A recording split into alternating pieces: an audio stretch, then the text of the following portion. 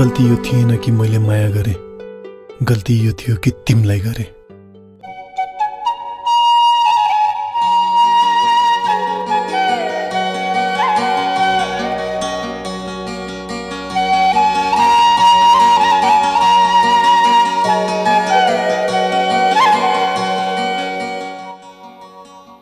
प्रिय मित्रहरू, प्रेम एउटा अन्धो खेल रहेछ। हो, त्यही प्रेमको भुमरीमा परेको म एकल यात्री अधुरो प्रेम कहानी लिएर सबैभन्दा पहिला त म मेरो परिचय दिन्छु। विक्रम सम्वत 2053 साल भदौ महिनाको 18 गति पर्वत जिल्लाको बिहादी गाउँपालिका 2 बराचौरमा जन्मिएको मान्छे। सानैदेखि अलिकति चञ्चल स्वभावको थिएँ अरे, त्यही पनि मैले सुनेको थिएँ। अलि ठुलो हुँदै गएँ अनि आफैलाई पनि महसुस हुँदै गयो निकै चञ्चल थिएँ, निकै चकचक गर्न रुचाउँथेँ। नजिकै रहेको श्रीआमबारी माध्यमिक विद्यालयसम्म कक्षा 10 सम्म पढेँ। हो, त्यति बेला पनि धेरै साथीहरू भेटिएका थिए, तर आज ती साथीहरू कहाँ छन्, के गर्दैछन्? सायद आफ्नै घरमा, आफ्नै प्रेममा, आफ्नै परिवारसँग रमाउँदैछन् होला। कतै साथीहरू विदेशको मरुभूमिमा आफ्नो पसिना बगाउँदैछन् होला र कतै साथीहरू देश सेवाको लागि पनि खटिरहेका छन् होला र कतै साथीहरू आफ्नै देशको स्वयंसेवक भएर विभिन्न कार्यालयमा काम पनि गर्दैछन् होला। विक्रम सम्वत 2069 सालपछि म बुटोलमा झरेँ। रूपन्देहीको बुटोल, न गाउँले मान्छे, कहिल्यै बजार नआएको। केही समय अस्वस्थ भयो विभिन्न परिवेशमा घुम्ने। मेरो अङ्कलको साथ मिलेको थियो, तर त्यति अप्ठ्यारो चाहिँ परेन। मेरो अङ्कलको साथ निकै छिटो बुटोलमा घुम्ने हुन सके। त्यसै क्रममा विभिन्न साथीहरूलाई पनि भेटेँ, विभिन्न साथीहरू पनि बनाएँ। कान्ति माध्यमिक विद्यालय बुटोल हाट बजारमा रहेको छ, त्यहाँ मैले कक्षा 11 र 12 पढेँ। सँगसँगै पब्लिक टेक्निकल कलेजबाट मैले टेक्निकल लाइन पढ्नुपर्छ। अब आधारभूत शिक्षा भन्दा पनि केही सिपमूलक शिक्षा पनि सिक्नुपर्छ भन्ने उद्देश्यले म टेक्निकल प्रवेश गर्न पऱ्यो। सँगसँगै मेरो ठुलो चाहना थियो पत्रकारिता बन्ने। त्यो इच्छा पनि बुटोल बसाइमा मेरो लगभग एउटा खुड्किलो थियो र त्यो इच्छा, त्यो चाहना पनि बिस्तारै पुरा हुँदै गयो। विभिन्न पत्र पत्रिकामा सुरुमा लेख पठाउने गर्दथेँ, गजल कविता लेखेर पठाउने गर्दथेँ। निकै खुसी लाग्थ्यो। पहिलो पटक लुम्बिनी दैनिकबाट मैले पठाएको समाचार प्रकाशित हुँदाखेरि निकै खुसी लाग्दथ्यो। बिस्तारै विभिन्न अनलाइनमा काम गर्ने अवसर मिल्यो र सँगसँगै अनलाइन पत्रकारिता गर्ने ठुलो मेरो धोको पुरा हुँदै गयो। तबसम्म पनि प्रेम के हो, प्रेम कसरी गरिन्छ र प्रेम मान्छेले किन गर्छन् भनेर म बुझ्न चाहन्थेँ, किनकि म प्रेमको पछाडि लाग्न चाहन्थेँ। हो, साथीहरूले भन्ने गर्थे, आज मेरो गर्लफ्रेन्डले भेट्न बोलाएको छ, म यहाँ जानुपर्छ, यति बजे म यहाँ जानुपर्छ। कोही साथीहरूले भन्ने गर्दथे, मेरो गर्लफ्रेन्डलाई मनपर्ने यो चिज लिएर जानुपर्छ। र कोही साथीहरूले भन्दथे, भोलि त म कलेज आउँदिनँ होला, सायद गर्लफ्रेन्डले कतै डेटिङ जानुपर्छ भनेको छ, त्यसैले पनि आउँदिनँ होला है साथी भनेर कलेजमा पढ्दाखेरि कुराकानी गर्थे। तर मलाई अचम्म लाग्थ्यो, आखिर यो प्रेम भनेको के हो र यो प्रेम किन गर्छन् मान्छेले? बिस्तारै बिस्तारै म पनि त्यही भुमरीमा पर्न चाहन्थेँ, तर कसरी पर्ने भनेर कुनै माध्यम भने मलाई थाहा थिएन। हो, विभिन्न वैज्ञानिकहरू भए पनि यो प्रेम गराउने र प्रेम गर्नुपर्छ भन्ने कुनै वैज्ञानिक भने मैले कुनै शास्त्रमा भेटाइनँ। सायद अधुरो प्रेममा मनै अल्झिनु रहेछ। जिन्दगीकै सवाल हुन्छ चोखो माया भित्र हाम्रो भेट्ने छुट्ने कथा जस्तो होइन चलचित्र हाम्रो जिन्दगीकै सवाल हुन्छ चोखो माया भित्र हाम्रो भेट्ने छुट्ने कथा जस्तो होइन चलचित्र हाम्रो भोलि त्यसै छुट्टिएर रुनु पर्छ भने भोलि त्यसै छुट्टिएर रुनु पर्छ भने आजैबाट आफ्नो आफ्नो बाटो लाग्दा राम्रो आजैबाट आफ्नो आफ्नो बाटो लाग्दा राम्रो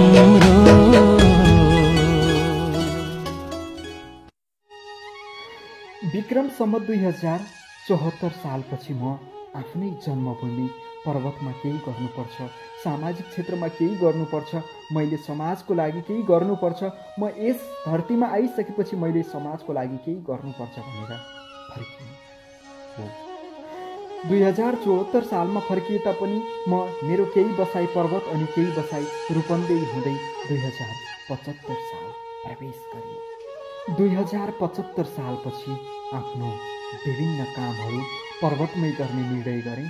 अब मैले पर्वतको लागि केही गर्नुपर्छ, म एउटा सक्षम भइसकेँ, अब मैले जे गरे पनि मेरो आफ्नै गाउँठाउँमा गर्नुपर्छ भन्ने उद्देश्यले म फेरि पर्वतमै बस्न थालेँ।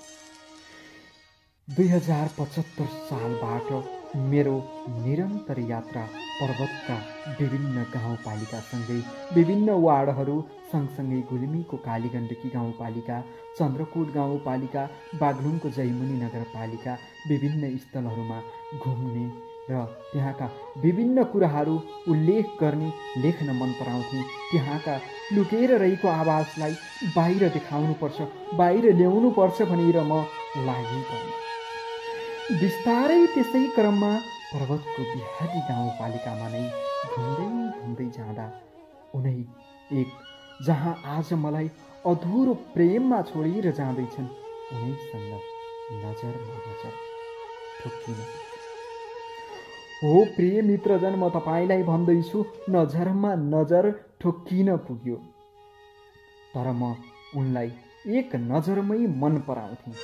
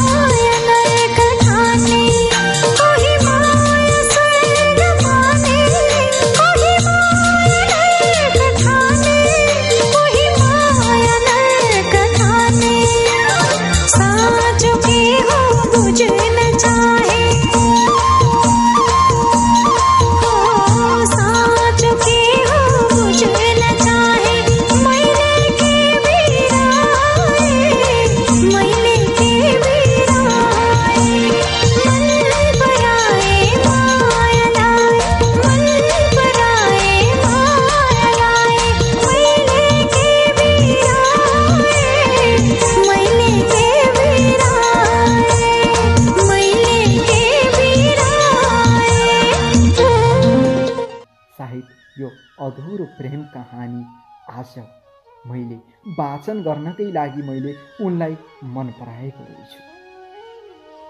बिस्तारै 2-3 महिनापछि उनलाई फेरि मैले देखेँ, तर कुराकानी गर्न भने अलिकति डर लाग्थ्यो। उनी सानै लाग्थ्यो, तर निकै राम्रो अनि निकै उनको बानी बेहोरा पनि निकै राम्रो लाग्थ्यो मलाई। हो, विक्रमसम्म 2075 साल पनि बिस्तारै देखावटीमै सकियो। 76 साल प्रवेश हुँदै थियो। उनको र मेरो कुराकानी निकै अगाडि बढिरहेको थियो। सधैँसँगै हुम्ला है बाढी चुडी खाम्ला है छोरा छोरी पाम्ला है मरिसाउँदा फकाउँछु म भोकाउँदा फकाउँछु त्यसो भए मुसु कहाँ छ रा रा रा रा रा। विभिन्न माध्यमबाट कुराकानी अगाडि बढिरहेको थियो। अब पर्वतको एउटा दुर्गम क्षेत्र बिहारी गाउँपालिका जहाँ हाट बजार मेला महोत्सव खासै हुने गर्दैन थियो, त्यही पनि सालमा 3 पटक से दिवेनी शिलामा दर्शन गर्नकै लागि मानिसहरू आउने गर्दथे र त्यहाँ कति आफ्नो प्रेम बचाउनको लागि भेटघाटको लागि एउटा अवसर पनि मिल्न पर्दथ्यो। हो, म पनि त्यसैको पर्खाइमा बस्थेँ। सेदिवेनी शिलामा कहिले मेला लाग्छ भनेर।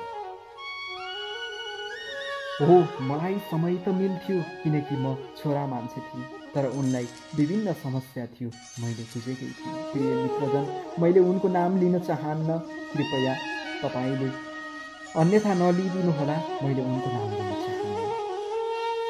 बिस्तारै उनीसँग विभिन्न भेटघाटहरूसँगै उनीसँग रातमा नबोलेसम्म मलाई निद्रा पनि लाग्दैन थियो। बानी परिसकेको थियो उनीसँग कुरा गर्ने। देखि टाढा छु म मिठो कुरा पुनै गर यो जीवनमा खुसी ल्याउने यो जीवनमा खुसी ल्याउने तिमी बाहेको नै छ र तिमी बाहेको नै छ र। बिस्तारै बिस्तारै हाम्रो कुरा निकै अगाडि बढ्दै गयो। सँगसँगै जिउने मर्ने सम्मका बाचा कसमहरू पनि अधुरो प्रेममा खान पर्यो। 2076 सालमा पर्वतको रानीपानी इमी चौरमा तीज महोत्सव हुने गर्दछ र त्यही तीज महोत्सवमा पनि भेट्ने हामीलाई अवसर मिलेको थियो। तर म केही सामाजिक कार्यमा व्यस्त हुन्छु भनेर म अब्बल देखिन्थेँ, तर उनलाई मेरो त्यो सामाजिक काम पनि निकै मन पर्दथ्यो। तर त्यो तीज महोत्सवमा पनि हाम्रो कुराकानी पनि गर्न पाएनौँ, सिर्फ देखादेख मात्र भएको थियो। जे कुराकानी गर्दथ्यौँ हामी फोनमै गर्दथ्यौँ र उनलाई भेट्नु पर्यो भने कतै गएको बहानामा मात्र मैले भेट्ने गर्दथेँ, किनकि म उनीलाई चोखो माया प्रेम गर्दथेँ। दुःख पर्दा तिम्रै काखमा रुने गर्थे सानो तिमीले नै धोका दियौ रुन कहाँ जानु बिर्सु भन्छु पापी मन मान्दैन बिर्सनेलाई बिर्सन जान्दै। तर आज चाहिँ अधुरो प्रेम बनेको छ प्रिय मित्रजन, अधुरो प्रेम बनेको छ। पक्कै यो संसारमा चोखो माया गर्ने मान्छेहरूले साथ पाउँदैन भन्थे रहेछ।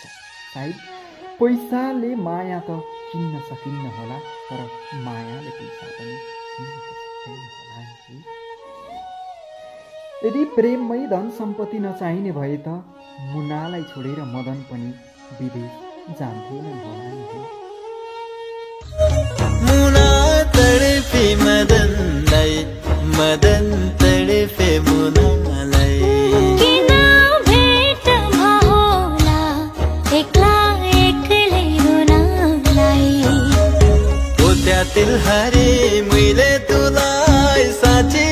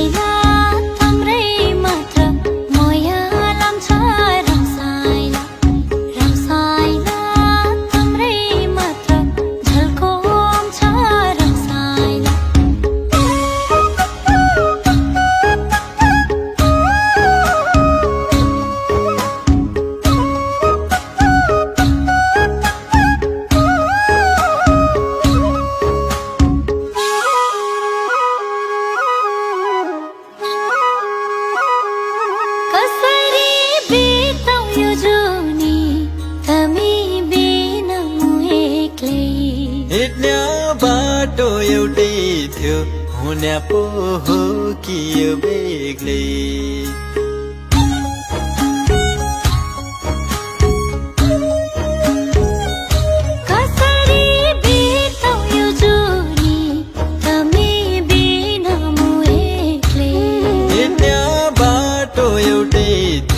हुने पो हो कि यो बेग्लै आकाशको जुन्नी तमलाई नै खोजी हिँड्या छ भौतारी सुनसान छ अचल हामी बसन्या पिपलु चौतारी पिपलु चौतारी रम्साइला तम्रै मात्र मोया लाम्छ रम्साइला रम्साइला तम्रै मात्र झल्को आउँछ रम्साइला रम्साइली तम्रै मात्र मोया लाम्छ रम्साइ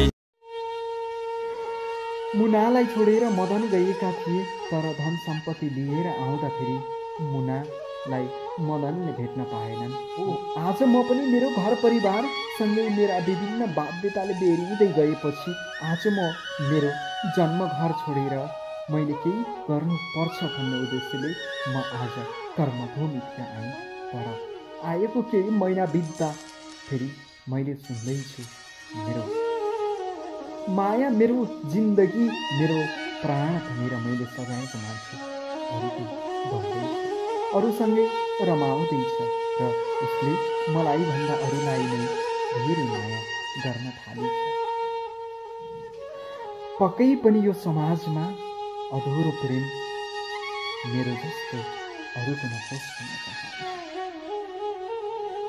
बाँकी अधुरो प्रेम भाग 2 लिएर अर्को हप्ता आउनेछु। बाँकी भागमा रहेर उनीसँगैका भेटघाटसँगै उनीसँगैका मिठा तिता कुरा अनि उनीसँगैका बाचा कसम अनि उनीले गरिरहेका कार्यहरू सबै तपाईँलाई सुनाउनेछु। अधुरो प्रेम कहानी भाग 2 को प्रतीक्षा।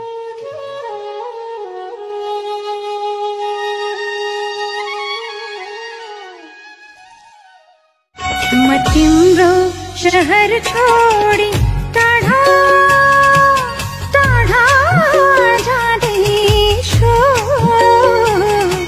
तिमीसँग कहिले नभेट्ने कसम खाँदैछु। म तिम्रो शहर छोडी टाढा टाढा जाँदैछु तिमीसँग कहिले नभेट्ने कसम खाँदैछु। म तिम्रो शहर छोडी